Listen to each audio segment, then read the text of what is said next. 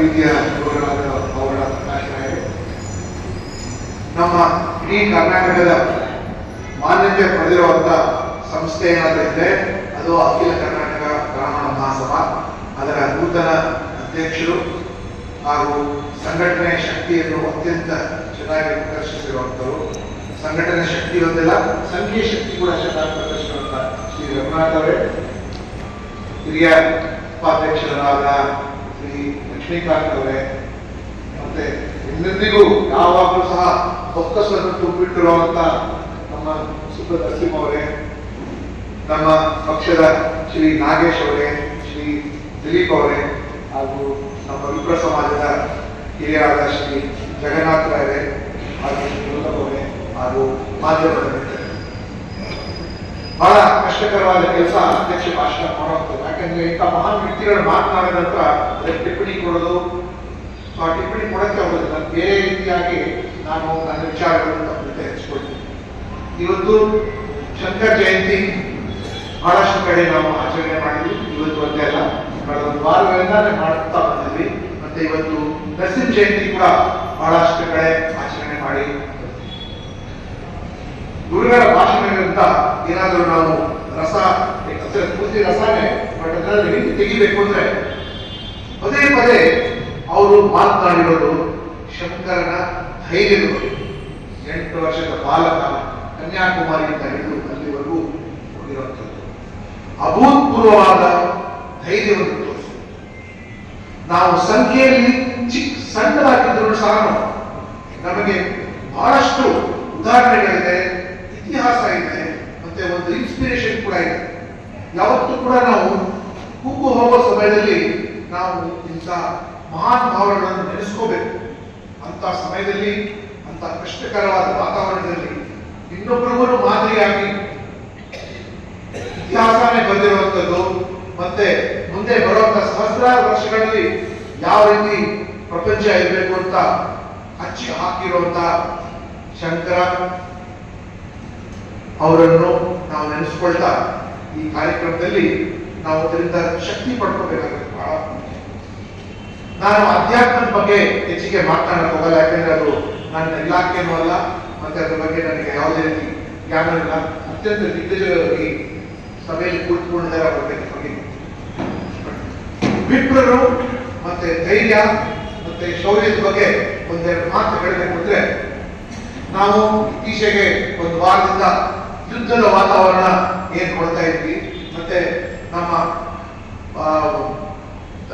ಪಶ್ಚಿಮದಲ್ಲಿರೋ ದೇಶದಿಂದ ನಮ್ಮ ಮೇಲೆ ಅನೈತಿಕ ಆಕ್ರಮಣ ಹಾಗೂ ಭಯೋತ್ಪಾದಕ ಚಟುವಟಿಕೆ ನಮ್ಮ ಮೇಲೆ ಪದೇ ಪದೇ ಆಗ್ತಾ ತಾಳ್ಮೆಯಿಂದ ಕೊಡ್ತಾ ಈಗ ಏಕಾಏಕಿಯಾಗಿ ನಮ್ಮ ಉಗ್ರ ರೂಪವನ್ನು ನಾವು ತೋರಿಸಕ್ಕೆ ಸಿದ್ಧವಾಗಿದೆ. ಕೇವಲ ಉಗ್ರ ರೂಪ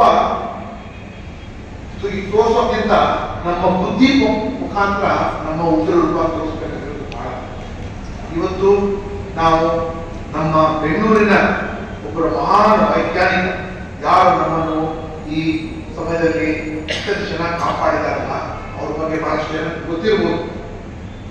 ಅವರು 83ನೇ ಇಸ್ವಿಯಿಂದ 2003ನೇ ಇಸ್ವಿ 20 ವರ್ಷದ ಕಾಲ ಸಾಕಷ್ಟು ಸಂಶೋಧನೆಗಳನ್ನು ಮಾಡಿ ಅಕಸ್ಮಾತ್ ಬೇರೆ ಕಡೆಯಿಂದ ನಮ್ಮ ಮೇಲೆ ಮಿಸೈಲ್ ಬಂದ್ರೆ ಆ ಮಿಸೈಲ್ ಅನ್ನು ಯಾವ ರೀತಿ ಹೊಡೆದು ಅಲ್ಲೇ ನಿಲ್ಲಿಸ್ಬಿಡಬೇಕು ಅನ್ನೋ ಬಗ್ಗೆ ಇಡೀ ಪ್ರಪಂಚದಲ್ಲಿ ಕೇವಲ ನಾಸಾ ಮತ್ತೆ ಇಸ್ರೇಲ್ ಇತ್ಯಾದಿ ದೇಶಗಳಲ್ಲಿ ಮಾತ್ರನೇ ಆ ಅರಿವಿದೆ.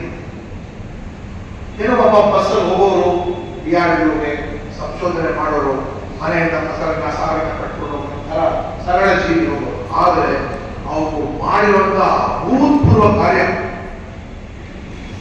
ಅದರ ಫಲ ನಮಗೆ ಇವತ್ತು ನಾವು ಕಾಣಿಸ್ತಾ ಇದ್ದೀವಿ.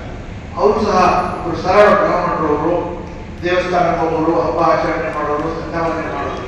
ಆದರೆ ಇವತ್ತು ತೋರಿಸಿರುವ ಧೈರ್ಯ ರಾಮರಾವ್ ಪ್ರಹ್ಲಾದ್ ರಾವ್ ಅವರು ಇಡೀ ಭಾರತಕ್ಕೆ ಐರನ್ ಡೋಮ್ ಏನ್ ಮಾಡಿದಾರಲ್ಲ, 400 ಮಿಸೈಲ್ಗಳು ಏನು ಹಾಕಿ ಕಳಿಸ್ತಾ ಸೊ ನಾವು ಗಾಜಾದಿಂದ ಇಸ್ರೇಲ್ ಒಳಗೆ ಏನು ಐರನ್ ಡೋಮ್ ಹಾಕ್ತಾ ಇದ್ದೀವಿ, ಅದೇ ಮಾದರಿಯಾಗಿ ಐರನ್ ಡೋಮ್ ಇಂದ ಒಂದು ಮಿಸೈಲ್ ಕೂಡ ನಮ್ಮ ಭಾರತ ಒಳಗೆ ಪ್ರವೇಶ ಆಗದಂಗೆ ಎಲ್ಲೂ ಕೂಡ ಹಾನಿ ಆಗದಂಗೆ ಅವರು ನೋಡ್ಕೊಂಡಿರುವಂಥದ್ದು ಪ್ರಹ್ಲಾದರಾಯರ ತಂಡದಲ್ಲಿ ಒಂದು 90 ಜನ ಸೈಂಟಿಸ್ಟ್ಗಳಿರಲ್ಲ, ಅವರ ಕೊಡುಗೆಯಿಂದನೇ ಅದು ನಿಜವಾಗ್ಲೂ ಅತ್ಯಂತ ಸರಳ ಜೀವಿಗಳು ಜಯಂತಿನ ಅವ್ರು ಸಿಕ್ಕಿರುವಾಗ ಎಲ್ಲರಿಗೂ ಅವರು ಕೂಡ ಅವರು ಅದೇ ರೀತಿಯಾಗಿ ನಾವು ನೆನೆಸ್ಕೋಬೇಕಾಗಿರೋದು, ತಾವೆಲ್ಲರೂ ಕೂಡ ಪತ್ರಿಕೆಯಲ್ಲಿ ಓದಿರ್ತೀರಿ, ಕಳೆದ ಭಾರತದಿಂದ ಬಾಹ್ಯಾಕಾಶಕ್ಕೆ ಹೋಗಿ ಸಂಶೋಧನೆ ಮಾಡಬೇಕು. ಅದು ಯಾವ ಜಾತಿ ಇತ್ಯಾದಿಗಳು ನೋಡಿ ಆಯ್ಕೆ ಮಾಡಲ್ಲ ಸರ್ಕಾರ, ಎಲ್ಲರಿಗೂ ಅವಕಾಶ ಕೊಡುತ್ತೆ ಸಂವಿಧಾನ ಇತ್ಯಾದಿಗಳು. ಉತ್ತರ ಭಾರತದ ವಿಂಗ್ ಕಮಾಂಡರ್ ಶುಕ್ಲಾ ಯಾರು ವಿಪ್ರರು, ಅವರು ಬಾಹ್ಯಾಕಾಶಕ್ಕೆ ಹೋಗಿ ಮಾಡ್ತಾ ಇದ್ದಾರೆ. ಪ್ರಕಾಶ್ ರಾಯ್ ಹೇಳಿದಂತೆ ಮುಂದೆ ಬರಬೇಕು ಅಂದ್ರೆ ಏನಾದರೂ ಒಂದು ಗುಣ ಇರಬೇಕು, ಆಯ್ಕೆ ಆಗ್ಬೇಕು ಅಂದ್ರೆ ಒಂದು ಗುಣ ಇದೆ. ಗುಣ ಯಾವಾಗ ಬರ್ತಾ ಇದೆ? ಪರಿಶ್ರಮ.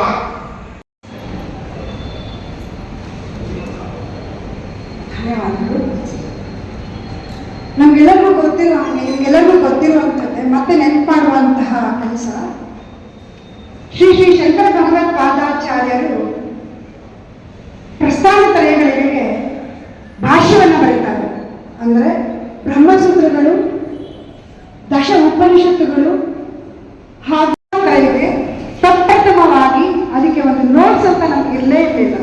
ಕೊಟ್ಟವರು ಯಾರಪ್ಪ ಅಂದರೆ ಜಗದ್ಗುರುಗಳಾದಂಥ ಶ್ರೀ ಶ್ರೀ ಶಂಕರ ಭಗವತ್ಪಾದಾಚಾರ್ಯರು.